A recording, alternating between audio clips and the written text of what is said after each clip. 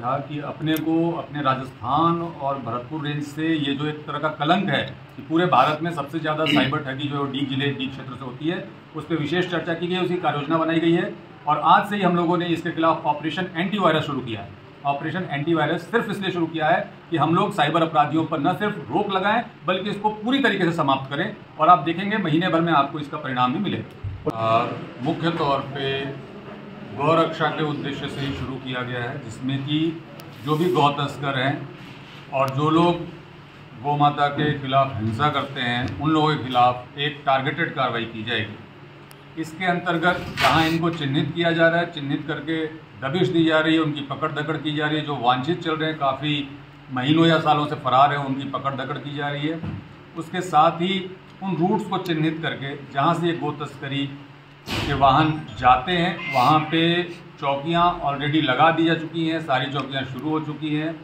लगभग 7 चौकियां अभी नई स्थापित की गई हैं इस उद्देश्य से, और पूर्व में जो चौकियां हमारे रूट्स के ऊपर हैं, जो कि स्थायी चौकियां हैं पुलिस की, वो भी पूरी तरीके से जिगजैग बना करके उसमें गोल पाइप्स लगा के और बैरिकेड्स लगा करके और हथियारबंद नाकेबंदी शुरू कर रहे हैं। और किसी भी गो तस्कर को भरतपुर के जो अपना डीग क्षेत्र है इसको गो तस्करी के लिए उपयोग में नहीं लाने दिया जाएगा।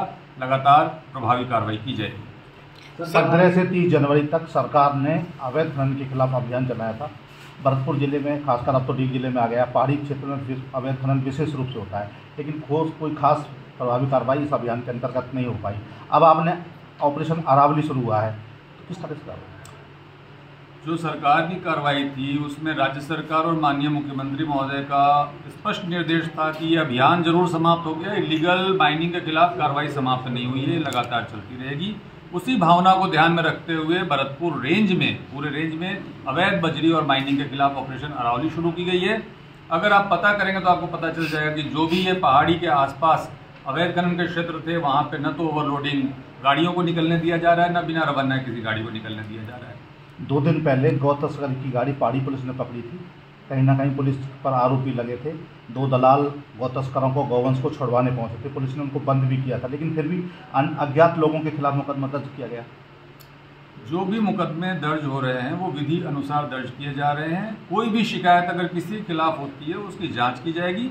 अगर कोई प्रमाण मिलता है कि पुलिस ने किसी भी प्रकार से गो तस्करी, गो हत्या, गो तस्कर के किसी मामले में मिलीभगत की है, तो जो भी कड़ी से कड़ी कार्रवाई हो सकती है वो की जाएगी, ये मैं आपको विश्वास दिलाता हूँ। मेवात क्षेत्र में साइबर ठगी और ऑनलाइन ठगी बड़े पैमाने पर हो रही है।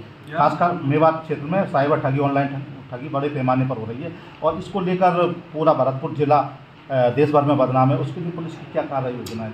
आज की मीटिंग में एक बहुत बड़ा विषय यही था कि अपने को अपने राजस्थान और भरतपुर रेंज से ये जो एक तरह का कलंक है कि पूरे भारत में सबसे ज़्यादा साइबर ठगी जो डीग जिले डीग क्षेत्र से होती है, उस पर विशेष चर्चा की गई, उसकी कार्ययोजना बनाई गई है। और आज से ही हम लोगों ने इसके खिलाफ ऑपरेशन एंटीवायरस शुरू किया है। ऑपरेशन एंटीवायरस सिर्फ इसलिए शुरू किया है कि हम लोग साइबर अपराधियों पर न सिर्फ रोक लगाएं बल्कि इसको पूरी तरीके से समाप्त करें, और आप देखेंगे महीने भर में आपको इसका परिणाम भी मिलेगा। पुलिस साइबर ठगी के खिलाफ काफ़ी कार्रवाई कर रही है और काफ़ी हद तक लगाम लगाने में सफल भी हासिल हुई, लेकिन जो बाहर की पुलिस आती है वो आरोपियों को पकड़ के लाती है और यहाँ के स्थानीय थानों में सौदेबाजी होती है। करती बाहर की पुलिस है, लेकिन आरोप स्थानीय पुलिस पर लगते हैं, बदनामी स्थानीय पुलिस को झेलनी पड़ती है। तो ऐसे जो बाहर की पुलिस आती है उन पर अंकुश लगाने के लिए पुलिस क्या कार्रवाई करेगी? बाहर की पुलिस अगर किसी को गिरफ्तार करने आती है जो उनके मुकदमे में वांछित है, किसी प्रकरण में वांछित है, उस पर रोक लगाने का तो विषय है नहीं, उनको सहयोग करने का विषय है कि अगर बाहर के मुकदमे दर्ज हैं, वहाँ की टीम आई है और यहाँ से अपराधी ले जाने, तो हम उनको पूरा सहयोग देंगे, जैसे हमें अपने अपराधी उठाने हैं। लेकिन जो आप कह रहे हैं कि किसी प्रकार के अवांछित कृत्य की बात, वो न तो यहाँ की पुलिस के लिए अलाउ है, न बाहर की पुलिस के लिए अलाउ है, और समान कार्रवाई होगी अगर कोई इस तरह की कोई गलत हरकत करता है तो। मेरा प्रश्न ये था कि जैसे पुलिस कार्रवाई करने जाती है, 4 लोगों को उठा लाई, लास्ट में पुलिस जो बाहर की पुलिस है, यहाँ की पुलिस की बाहर की पुलिस, वो एक आदमी को ले जाती है, 2 आदमी, 2 लोगों को वो सौदेबाजी करके छोड़ जाती है। ऐसे में बदनामी स्थानीय पुलिस को झेलनी पड़ती है, तो बाहर की पुलिस पर अंकुश कैसे लगाया जाएगा? मैं ये कह रहा हूँ कि अगर वो सौदेबाजी करके छोड़ रही है, मैं कह रहा हूँ सौदेबाजी करके छोड़े स्थानीय पुलिस या बाहरी पुलिस, वो है तो गलत काम और उसके खिलाफ कार्रवाई होगी, जरूरत पड़ेगी मुकदमा दर्ज किया जाएगा। और आप कुछ सर, चौकियाँ गोरक्षा चौकियाँ हैं, लेकिन संसाधनों का अभाव है। रात को गौ तस्करों की गाड़ियाँ आती हैं, वो हथियार भी लेके आते हैं, पत्थर भी लेके आते हैं और उनकी गाड़ियाँ स्पीड की भी होती हैं। तो अपनी चौकियों पर ना कांटे की व्यवस्था है, ना उन गौ तस्करों से उलझने के लिए कोई बड़े संसाधन हैं। चौकियों पे ये सारी व्यवस्थाएं कर दी जाएंगी बहुत जल्दी। चौकियां स्थापित कर दी गई हैं, काम करना शुरू कर दिया गया, उसका जिगजग लग जाएगा। हथियारों की हमारे पास कोई कमी नहीं है, आप इसकी चिंता नहीं करें। अगर उसकी तरफ से फायरिंग होगी तो हमारी तरफ से उससे दुगनी फायरिंग होगी। हथियार उनसे बेहतर है हमारे पास, उनसे कोई कमज़ोर हथियार थोड़े है पुलिस के पास। उनके पास क्या होगा, कट्टा होगा, पौना होगा, बहुत होगा तो ये 315 बोल्ट की राइफल होगी। हमारे पास AK-47 है, इंसास है, हथियारों की कोई कमी नहीं है। और अगर कोई पुलिस के ऊपर हमला करता है तो पूरी तरीके से खुली छूट है कि उसकी जवाबी कार्रवाई की जाए और जोरदार जवाबी कार्रवाई की जाए। पुलिस के द्वारा लगातार गौ तस्कर और साइबर ठगों के विरुद्ध कार्रवाई की जा रही है, लेकिन गौ तस्कर और साइबर ठग पुलिस के जो ईमानदार अधिकारी हैं, कर्मचारी हैं, उनकी ही शिकायत करते हैं और फिर पुलिस कर्मियों को सामना करना पड़ता है शिकायतों का, और उसके चलते उनका मनोबल डाउन होता है। तो ऐसी शिकायतों पर शिकायतकर्ताओं के विरुद्ध भी कोई कार्रवाई होती है क्या? शिकायत किसी भी प्रकार की प्राप्त होती हो, आवश्यक है कि उस पर कार्रवाई के पहले जांच हो, है ना। शिकायत तो क्या होता है कि आप सही भी कार्रवाई करोगे, मजबूत कार्रवाई करोगे तो भी बहुत लोग आपके खिलाफ हो जाते हैं, क्योंकि जो लोग कोई दूसरी चीज़ कराना चाह रहे हैं उनको उससे भी पीड़ा होती है। तो शिकायत आती है तो शिकायत की जांच होती है, और जांच होने के बाद अगर शिकायत सत्य पाई जाती है तो कार्रवाई की जाएगी। अगर सत्य नहीं पाई जाती है तो उस व्यक्ति के विरुद्ध कोई कार्रवाई नहीं होती है जिसके खिलाफ शिकायत की गई। आपके निर्देशन में लगातार अपराध उन्मूलन के लिए अभियान चलाए जा रहे हैं, पुलिस को सफलता भी हाथ लगी है, लेकिन ये अभियान स्थानीय जनता के सहयोग के बिना संभव नहीं। तो जनता के लिए क्या अपेक्षा है? सबसे पहले अगर आप देखेंगे तो आज की इस मीटिंग में हम लोगों ने जनता से ही बात की। उसका उद्देश्य यही था कि हम लोग उनकी शक्ति को अपने साथ समाहित करें। आपने भी बताया कि यहाँ पे संसाधनों की कमी है, मैं भी मानता हूँ संसाधनों की कमी है, लेकिन संसाधनों की कमी तो हमेशा ही रहती है। संसाधनों की कमी तो हमारे पूरे भारत में भी आप देखेंगे तो विकासशील राष्ट्र है तो संसाधनों की मूल रूप से कमी देखी जाती है, लेकिन उसके कारण हमारे काम की क्वालिटी में कोई फर्क नहीं आएगा, ये मैं आपको विश्वास दिलाता हूँ। नजर में तो कमी है, कमी है, मैं कह तो रहा हूँ, बट उस कमी से हमारे काम की गुणवत्ता में कोई फर्क नहीं पड़ेगा।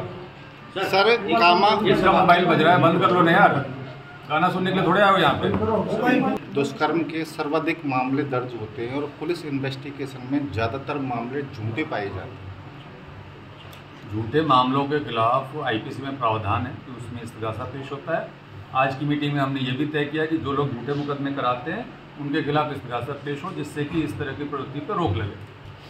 साथ ही इसमें मैं ये कहना चाहूँगा कि बहुत सारे जो मुकदमे हैं अगर आप देखेंगे उसकी जड़ में जाएंगे तो आप देखते हैं कि उसमें बहुत सारे भूमि विवाद, खेत के विवाद, रास्ते का विवाद भी निकल के आता है। तो बहुत ज़रूरी है कि जो ऐसे मामले हैं उनका भी अगर त्वरित निस्तारण हो सके तो एस्केलेट होकर के अन्य धाराओं में मुकदमे दर्ज नहीं होंगे। सर एक चीज़ है, जब भी CLG की मीटिंग होती है और हर CLG की मीटिंग में एक प्रस्ताव दिया गया है, ऐसा बंद करना है, एक प्रस्ताव पास हुआ है, रजिस्टर में लिखा गया है कि जिस तरीके से यहाँ पर एक ट्रैफिक पुलिस की कमी है, वो कोसी चौराहे से लेकर के अपने CO ऑफिस तक पूरा ट्रैफिक जाम रहता है। कई कार्यालय भी हैं, आने जाने में परेशानी होती है, तो सर यहाँ पर ट्रैफिक पुलिस की व्यवस्था है।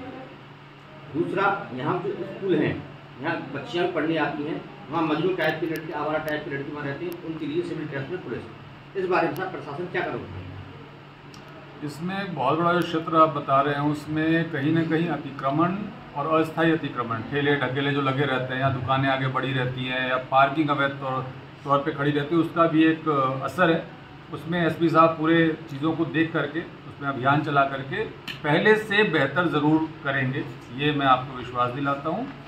और जहाँ तक आप ट्रैफिक पुलिस लगाने की बात करें तो पुलिस तो सेम ही है, ट्रैफिक पुलिस हो या लोकल थाने के पुलिस हो, काम दोनों कर सकते हैं। तो जो भी आपकी समस्या है उसमें राहत दी जाएगी। क्योंकि डीग जिले में कुबेर में भी ट्रैफिक पुलिस तैनात है, डीग में भी तैनात है, और चूँकि कामा वाहनों की दृष्टि से यहाँ पर डे हम आपका काम करा देंगे। ठीक है, कौन सी पुलिस तैनात है उसमें मत जाओ, ठीक है। Thank you.